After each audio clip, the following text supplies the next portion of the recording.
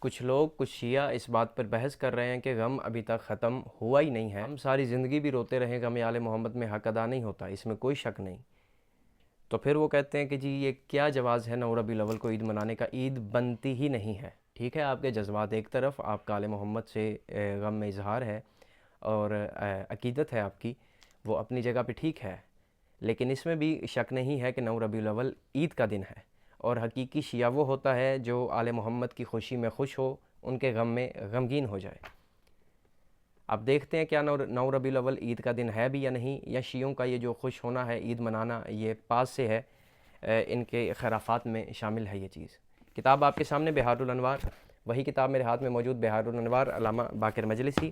جلد نمبر اس کی 31، صفحہ نمبر اس کا 121 ہے۔ راوی گیا، اس نے فسألناها عنہ، اس نے امام سے سوال کیا، فقالت ہوا مشغول بعید ہی،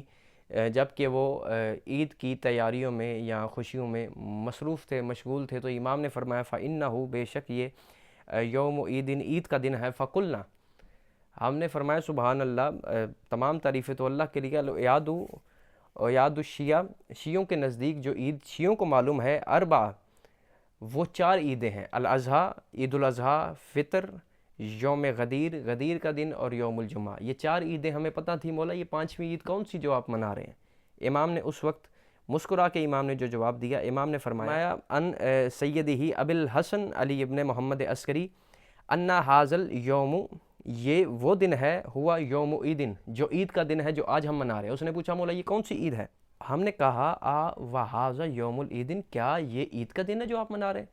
امام نے فرمایا ہاں، یہ جو آپ کو لگ رہا ہے کہ ہم عید منا رہے ہیں، یہ واقعاً عید کا دن ہے۔ اس نے پوچھا مولا یہ پھر کون سی عید ہے؟ وکانا، امام نے فرمایا یوم التاسع من شہر ربیع الاول، امام نے فرمایا یہ ربیع الاول کی 9 کسی اور کی ہو نہ ہو، ہم آل محمد کی عید ہے۔ جب آل محمد کی عید ہے تو پھر عید والے دن شیعوں کو ضد نہیں لگانی چاہیے کہ غم ختم ہوا ہی نہیں، خدا را آل محمد کے گھر میں خوشی ہے، آپ بھی خوشی منائیے۔ عید شجاع، عید زہرا تمام عزاداروں کو مبارک ہو، یا علی امیر المومنین۔